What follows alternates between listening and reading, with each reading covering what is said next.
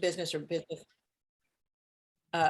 business to consumers that they use, and how to survive them. Not necessarily to win against them, but how to survive them, and how you can thrive against them and with them a little bit. And we're going to see how we do this. All right.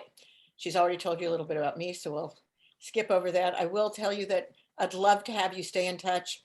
If after this you have questions that you want to ask me, and I do hope we will have questions and your concerns during the course of this program as well. But you can connect with me on various different ways. I'm pretty active on social media, and I do have a newsletter, which I hope you'll sign up for. Okay, so one of the things to understand is that this is not bashing Amazon. I might do some of that in my private time, but platforms have thrived because they provide a really useful service, whether we're talking about Amazon, whether we're talking about DoorDash, whether we're talking about Upwork, whether we're talking about TaskRabbit, whatever it is, that these platforms that bring together buyers and sellers, Etsy, they serve a useful purpose, both for the seller as well as for the buyer, including many small businesses. There are, I'm sure, hundreds of thousands of small businesses, if not more, that have thrived because they've been able to reach more customers through these platforms. So understanding how to use them is really important, and understanding, how to compete against them, it is also really important. So when we're talking about them, there are just so many different kinds of things.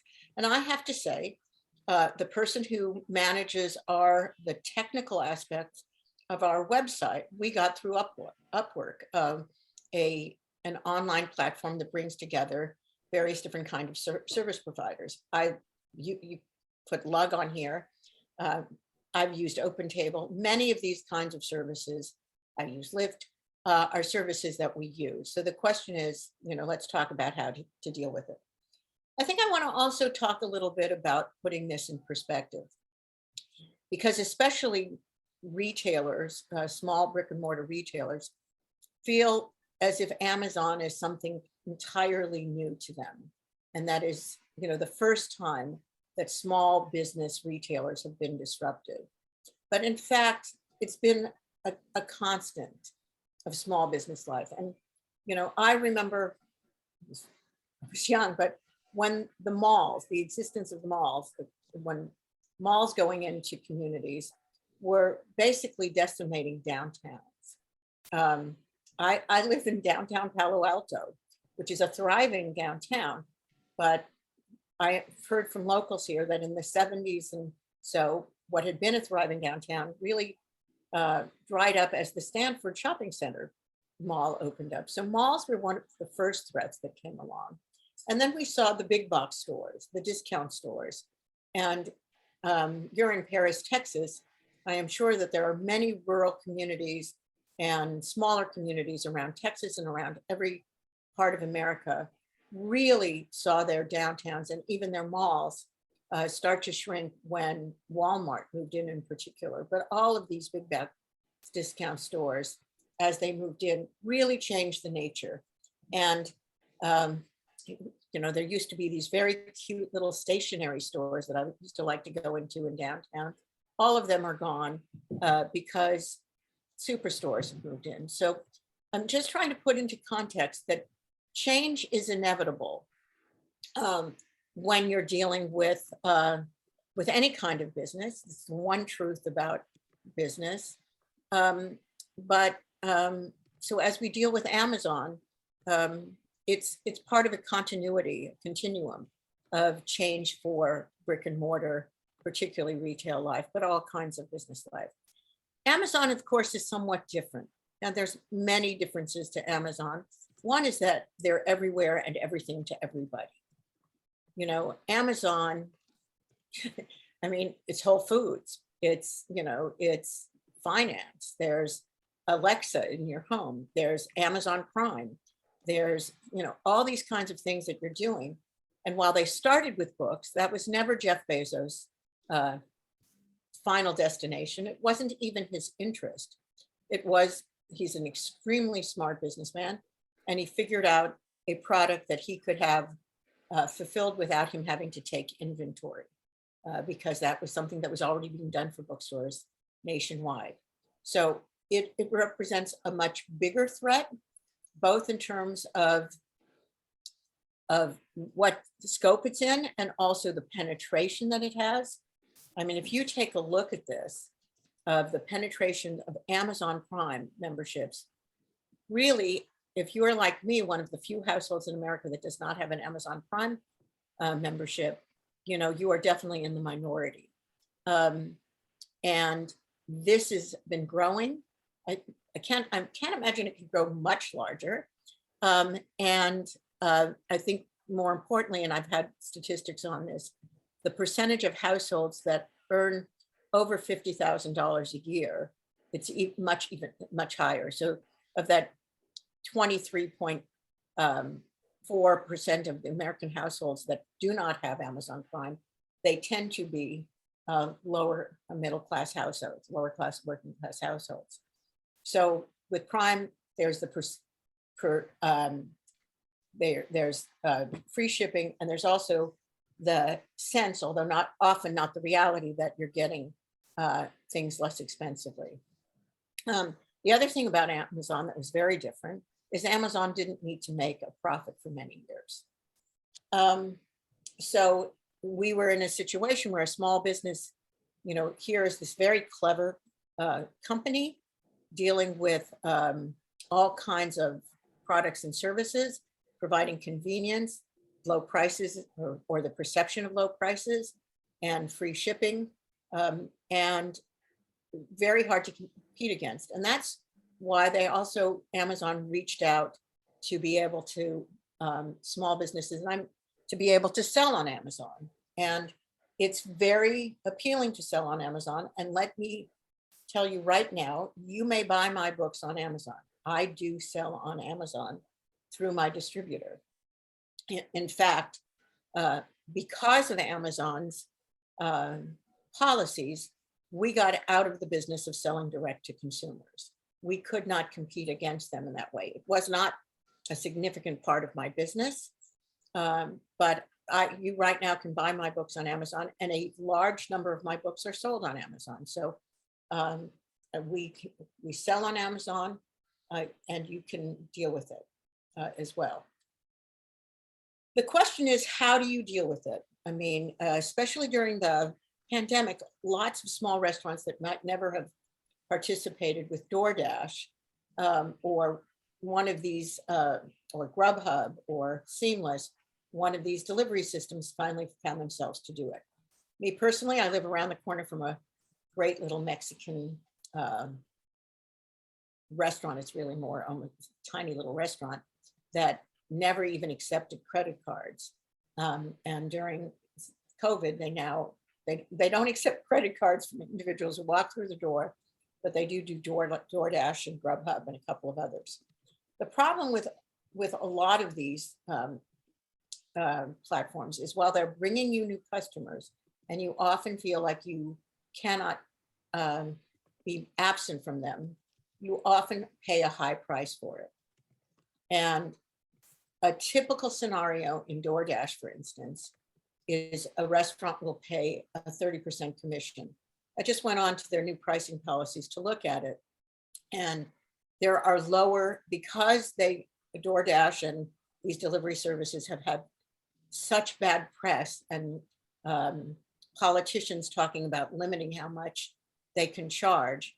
San Francisco was going to impose a 15% maximum commission, for instance. They have come up with lower levels of commissions where you get much less. And basically, if you're not at the 30% commission level, you're less likely to be seen by a customer, and you're going to have less service from DoorDash. So you're looking at all of these kinds of payments. And so while you may feel like you're locked into it, it's going to be expensive. On the other hand, you know, you may be finding people, as I said, my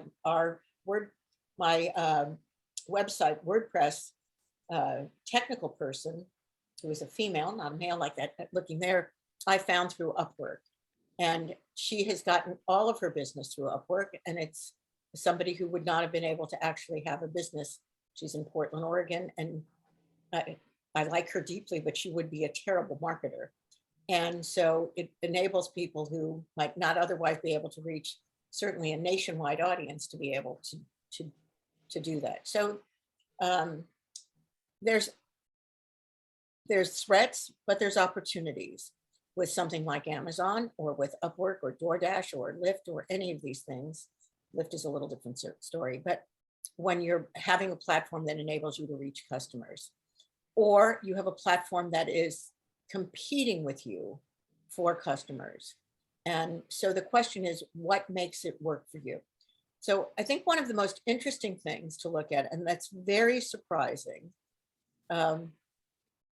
is a situation that's working for a second. And I'm going to stop sharing here just so you can see me. Those of you who are for independent bookstores, Amazon is Darth Vader. I mean, you know, I actually have been at publishing companies where they say, "He who shall not be named" when talking about Amazon. They look at that as the evil empire. And if you have a little bookstore, you know, where your inventory is costing you money to be sitting there in your little rented bookstore on Main Street, this is what you're often up against. And this is an old picture. Amazon is more automated. There's somebody pushing a cart in the right-hand stand. Amazon has incredible, huge, automated warehouses where basically any book you want is probably there in stock. And pre-COVID, and I will update these numbers when I can get them, what you saw is even with the rise of Amazon, you saw bookstore growth going up. And so when people tell you that Amazon has killed independent bookstores, I want you to understand that that has not been the case. And it's not because Amazon is not a great bookseller. They are terrific booksellers. They sell a huge number of my books. Every single publisher that I know would be in trouble if it wasn't for Amazon sales. So Amazon is an excellent seller of books. But it has been that the independent bookstore world, independent book trade has learned how to deal with it. So what are the things that they did that enabled these small independent bookstores to do? I think first and foremost, and I can't emphasize this as much, they worked together. Small retailers often see the other small retailer down the street as their competitor. And what happened was in the indie bookstores who had an independent bookstore association that was pretty strong, realized that they had to spread the word of shopping indies and supporting each other much more, so that they weren't competing against the other independent across town or down the street or whatever, or even against Barnes and Noble so much, but they were looking at ways to spread the word of coming to independent bookstores and working together. They changed the product mix. Good news for bookstores, bad news for me, I can tell you. I used to have a lot of my small business books in independent bookstores. If you walk into most independent bookstores today, you won't find my books on the shelves. Why?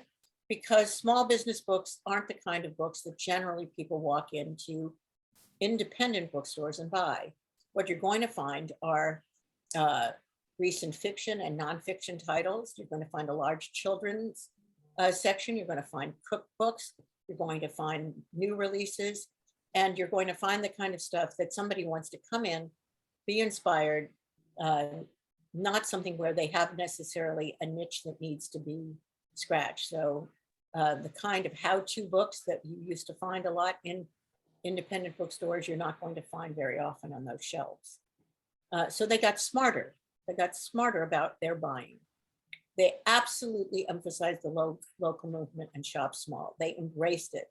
They recognized that this is a cause, much like, you know, going green, and that they needed to appeal to values and not just to price and convenience. They started having, and this is true for every retailer in or virtually every, I wouldn't say every, but in most industries, they started emphasizing events, making the retail shop, making the physical location a destination. Now, of course, when COVID hit and lockdown happened, this really created a problem for a lot of brick and mortar. And it was one of the reasons that some of the brick and mortar businesses that were surviving found themselves in more trouble. And also, especially, you know, at the beginning in Small Business Saturday, the Saturday after Thanksgiving here in the States, which has become really an issue, really a date that, you know, communities and small businesses have embraced. Independent bookstores were one of the first small business groups to embrace that, to start making it a day to go shopping independently. So let's talk about what are some of the things that you can do to help yourself survive against these big online platforms and survive, because that's the name of this thing, is surviving Amazon. And the first thing, and I'm going to underline this, and if you take nothing away from this except this one thing, I absolutely am an evangelist that I believe that the important way for a small business to survive is to have a niche, is to have a specialty that makes them different. The first thing that you want to do is really find a way that it makes you unique. You know, talking about my own experience, we're a publisher, but when I went into publishing, I think there were tens of thousands of small publishers. There's probably more now. Everybody's self-publishing, but we specialize in business planning and entrepreneurship, period. Small business, that's it. So we don't have finance, even though we're a business publisher, we don't have finance. We deal with everything in-house. And as a result, when we go to an academic conference, a business school conference, there are usually 5 publishers who have tables. They're Pearson and Cengage, and they're all billion-dollar companies, $4 billion companies in us. And we've managed to survive because we have a niche that we have owned. But it's also true whether you're an accountant or a hairdresser or whatever, if you can find a niche, you can own it. There is a hairdresser in San Francisco that everyone in the Bay Area knows that specializes in curly hair. And they have their own products, and people from all over the Bay Area drive into San Francisco, and it takes weeks in advance to get an appointment. So finding a niche can help you separate yourself from the competitors. You need to change your product or service mix so that it's hard to find it, hard to be commoditized, hard to be something that you can buy on Amazon. So you may have noticed that a lot of these big box stores, Target, Bed Bath & Beyond, I noticed that Bed Bath & Beyond has just launched a whole line of their own product line. Crate & Barrel has just launched a line of their own pots and pans. Various different kinds of companies are launching things that are hard for somebody to go and compare directly on Amazon.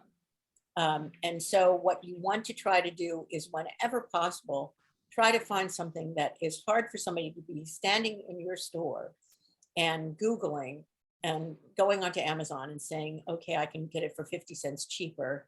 I'm going to buy it on Amazon, or I can get it tomorrow and I have to wait 3 days to get it from you. So becoming a destination, having events, having sales staff that people want to deal with helps you to compete with these online platforms, and also to bring people into you.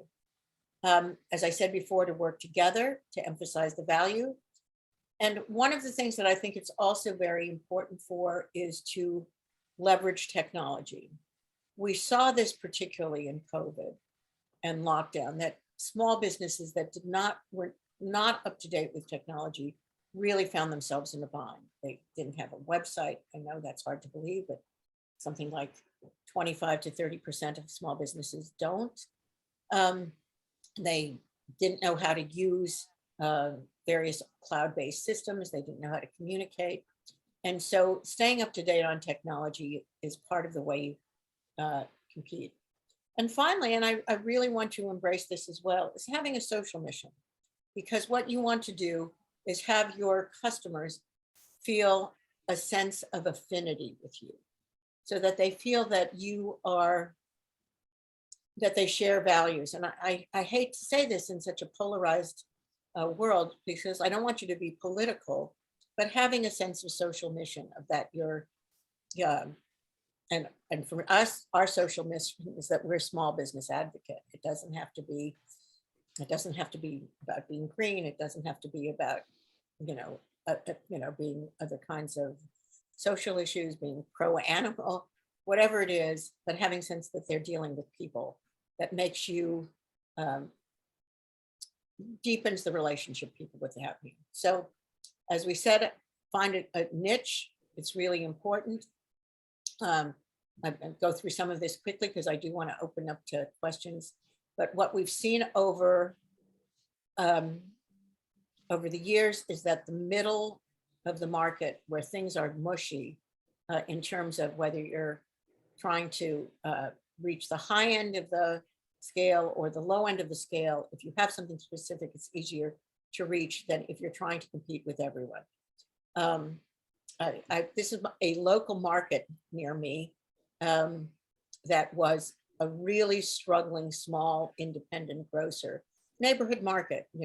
In Texas, you'd call it an ice house.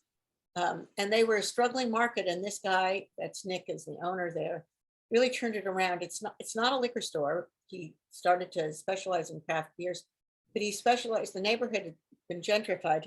He specialized in various different kind of upscale foods, upscale convenience, which I didn't know was a segment before, but he seems to have gotten it. But as you can see, all of these different kinds of restaurants having something specific. We all, you say, I want to go out for Thai. It's very hard to compete against an Applebee's, but having a specific kind of feeling, something where people identify with you, is what people want. As we said, changing your product mix, just as Nick at Willow Market did. This is a local market near me that has gone with a lot of Indian foods and ethnic foods, to be able to see and to respond to what, these were some of the things that people did in COVID. The Koopa Grocery, that was a coffee shop that quickly pivoted. They are still in business, they survived. And they were a coffee shop where everybody came and sat, and they had a year when nobody was coming and sitting. And they found other ways to survive. So, and responding to the needs that of people have it. So, and being creative. This is in Salem, Oregon. They have coffee by day and a bar by night, and using their retail space, their restaurant space, to get more hours out of the day when it's an income producing place. So finding yourself ways to become where you're much less likely to be competing against Amazon, having depth instead of breadth. And let's talk a little bit about membership and subscriptions. The bookstore near me, Kepler's, I usually have one of their mugs right here. I am a member of Kepler's. I pay $60 a year to be a member. I get a discount on the books I buy, and every 10th book or something, I get one free, or I get some $10 off. I don't remember even what I get. I don't belong for the discounts. I belong to support them, to make sure they stay in business. But finding ways to have memberships in your business where there are special things is really something I'd like those of you who are listening to try to challenge yourself to think about. Is there a way that there could be a membership or some kind of subscription service? When I say subscription service, a subscription is the holy grail of business models. When someone, think of all the subscriptions you have that you don't even think, the word subscription used to be for newspapers and magazines. And then it became you subscribe to online services, your Netflix subscription, your gym membership subscription. You know, once a year, I try to go through my subscriptions and cancel some of the ones that I'm not using and haven't used, but that's maybe once a year I do it. But it probably means that there are some things that I've paid for 7 or 8 or 9 or 10 or 11 or 12 months that I haven't actually used. So finding ways to have subscription services where people get a discount for signing up for on a monthly basis or an annual basis, you know, and it can be something like a gutter cleaning service. There's something that anybody should be doing monthly, annually in the service business.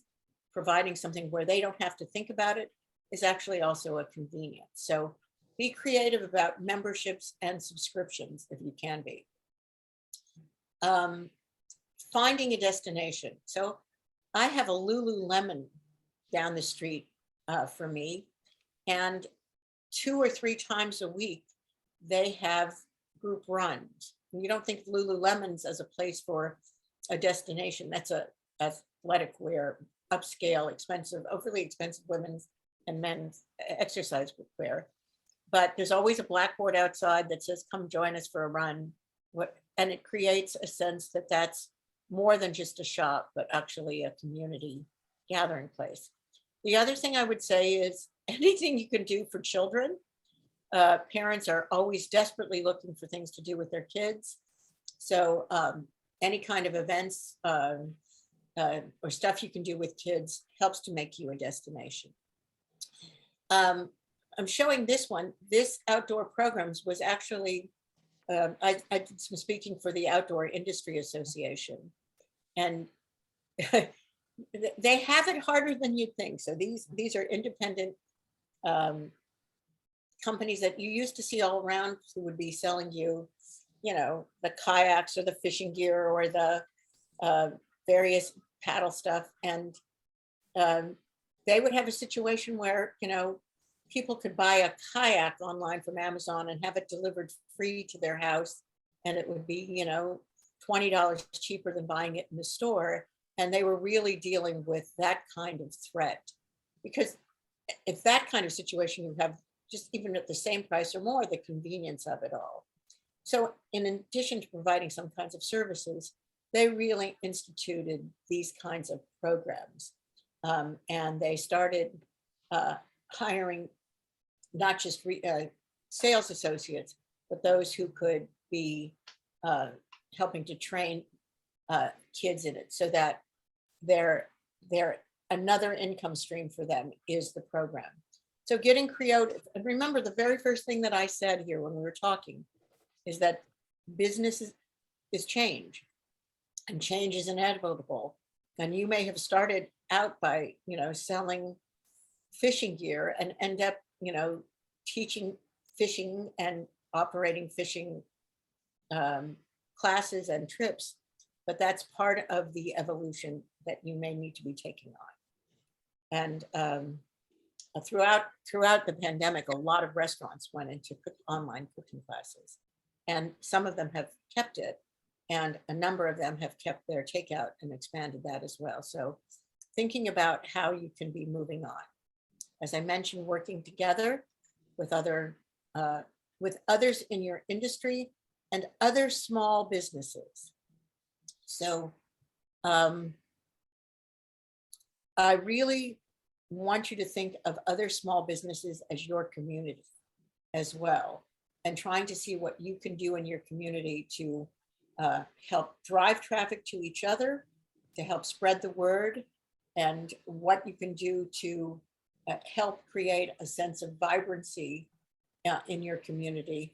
And I know that many places are filled with drive-up large stores, but even so, there's the message that you can be getting out, that supporting small businesses, even if you're in a strip mall rather than a downtown, is something that helps the vibrancy community and keeps the money in the community for things like roads and schools and fire departments through your taxes.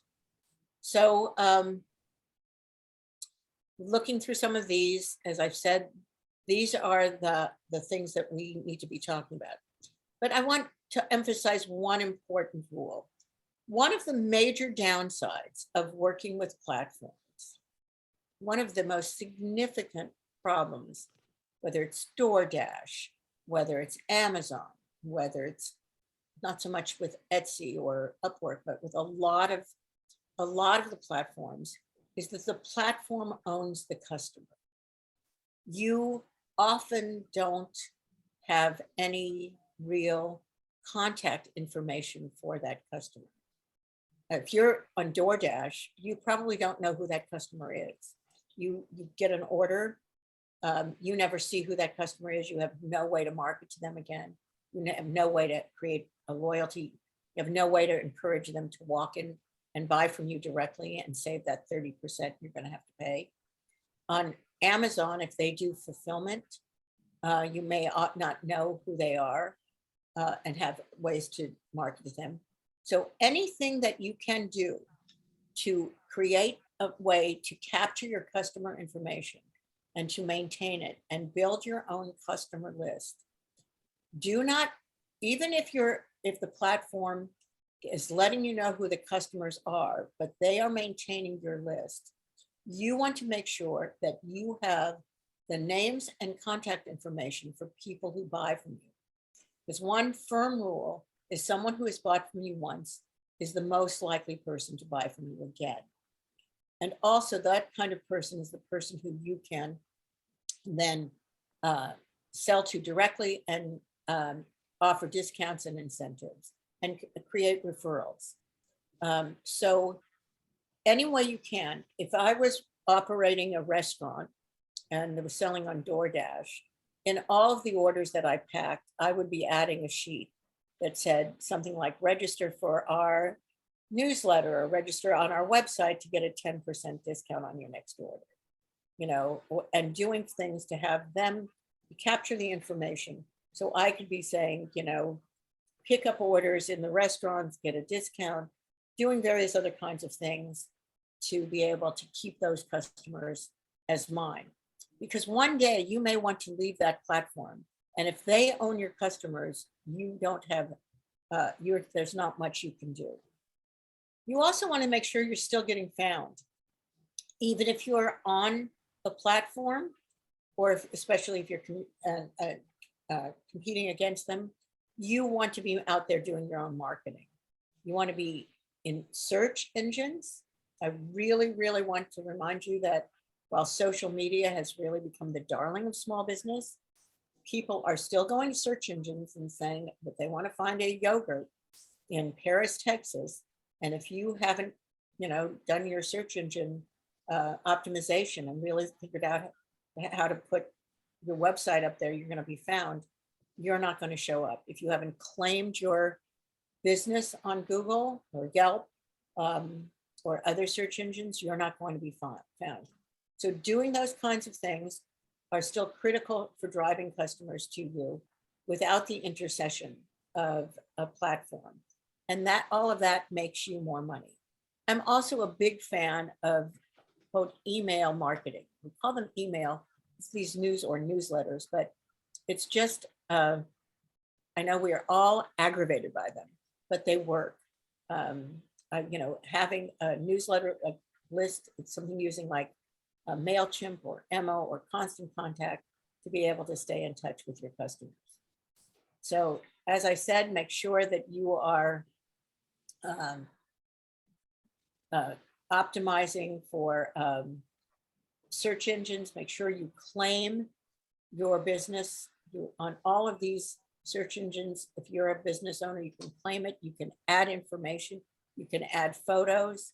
You want to give information on that. Just the other day, I was looking for something and it was so interesting how few of the businesses that I was looking for had bothered to claim or provide any information. And it's free and it takes 30 minutes. So dealing with that is something that you want to do. If your business is such that it lends itself to social media, you do want to be looking for how you can utilize it. Social media, you know, is a relatively inexpensive way to highly target your customers. It takes time as well as money. Having people just like your business does not mean you're going to show up in their newsfeed, but you can target people highly out. The example I always give is from a company called Sam's Oyster Cafe in Palo Alto, where they literally were able to target people who liked eating out at restaurants, liked oysters, liked seafood restaurants in specific zip codes. And those would be the people who they could do advertising for. Facebook, or you can do it on Instagram. I'm not doing an ad for either of the, for this company, for Meta, which is the parent company now of them. But the reason that they have gotten so big is because they provide really fairly unprecedented targeting of the specific kind of customer you want to reach. Now that, since Apple has changed some of their privacy settings, it may not be quite as good, but you'd be surprised. It would still, this kind of targeting prior to Facebook was actually unheard of. And if you could find it, it would have been tens of thousands of dollars, and now it could be $20. And so looking into this kind of marketing, if you haven't done it before, is something that you should at least explore. But it does take time, and it does take learning the tools and their algorithms to do this. When I said about claiming your business, these are some of the places to claim. I'm going to just repeat it so you can write these down. You want to make sure you go to Google and Bing and Yahoo and Yelp and AmericanExpress.com for their Shop Small map, if you accept American Express. And if you accept Square, if you have Square, you probably accept American Express. Businesses do. These are places where you can go and get, you can enhance your free listing. And once you've claimed it and enhanced it, it will make it easier, more likely to show up in search engine when somebody puts it in. So if you're a yogurt shop in Paris, Texas, and you've gone in and claimed it on all of this stuff, if someone is on a Google map and they are looking in Paris, Texas, and they write in yogurt, you're far more likely to come up in the search than if you hadn't claimed it. So, and it's free. All of these are absolutely free and take very little time. You don't, and you don't have to be a tech wizard by any stretch of the imagination.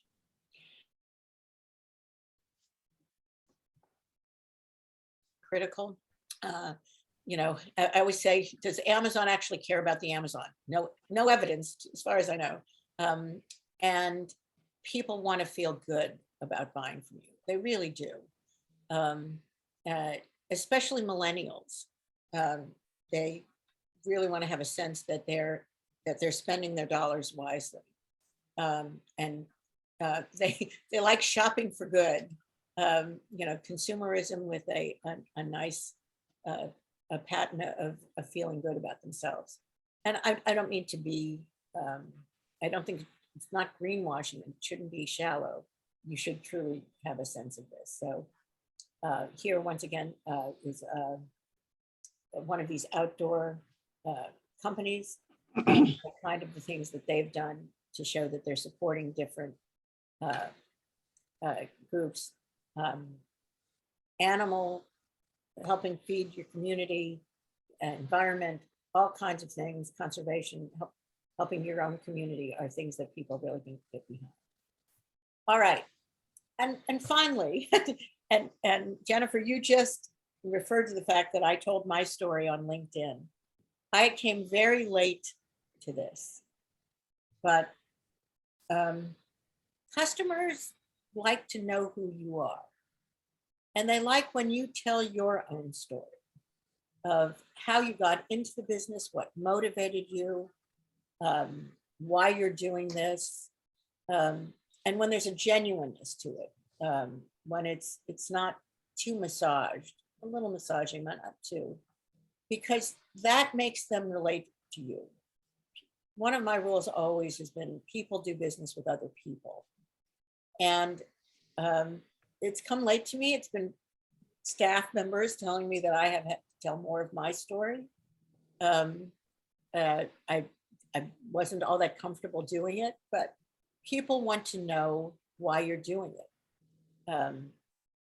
Here, for instance, is a saffron company. You wouldn't think that they have a mission, but they, before they were operating in Afghanistan, before it was just lost again to the Taliban, they really wanted to come up with an income stream for Afghanistan that wasn't opium. And so this was one of their things that they wanted to do. These were military vets, US military vets, and wanted to do something to help empower the Afghan people that wasn't drugs. So, you know, once I heard that story, I thought the next time I buy saffron, this is the place I'm going to buy it from, even if it's a little more money, because that's what, because I feel good about it. And so, and now we have our story on our website, which I was reluctantly done, but it makes it easier for us. So really, I think the most important thing is to also leverage local. Make sure that, you know, the Small Business Development Center, chambers of commerce, business improvement districts, your local independent trade associations, make sure that you're doing what you can to help spread this. I during COVID, I put that banner on there for, wasn't the picture of her, but when we posted things, making sure that we spread the message that we were shopping small. So finally, I would say is to make sure, and I want to make sure we open up the questions here. Spend your own money in small businesses. And one of the things that you can do is cut out the platform. So telling my own story, my nephew, when I asked him what the kids wanted for the holidays, he gave me a link to some of the toys that they wanted, and it was from Target. And I looked, and it was toys by Melissa and Doug, a small company. They're not that small. And instead of going to Target or to Amazon, I went to the Melissa and Doug website and bought it directly from them. Same price, same delivery, free shipping. I was saving no money by going to Target. And even if I had spent a couple dollars more, I knew that it would be better to help support the business itself. So one of the things I often tell people is to research on Amazon. This is something I do myself all the time. I will research products on Amazon. I will look at things, and then I will shop small. I will go to the website of the company itself. I have a nice little upscale radio that I'm one of the last people in the world who listens to radio, but I have one here. And I researched on a lot of websites what was the best radio. I could have bought it on Amazon. I bought it directly from the manufacturer. It helps keep them in business. I know their profit margins are larger. And I know if I have any problem, I have them to support me. I'm not dealing with a middleman as well. So as I said, please feel free to connect with me. I'd love to answer any questions, but I would like to answer any questions that we have now.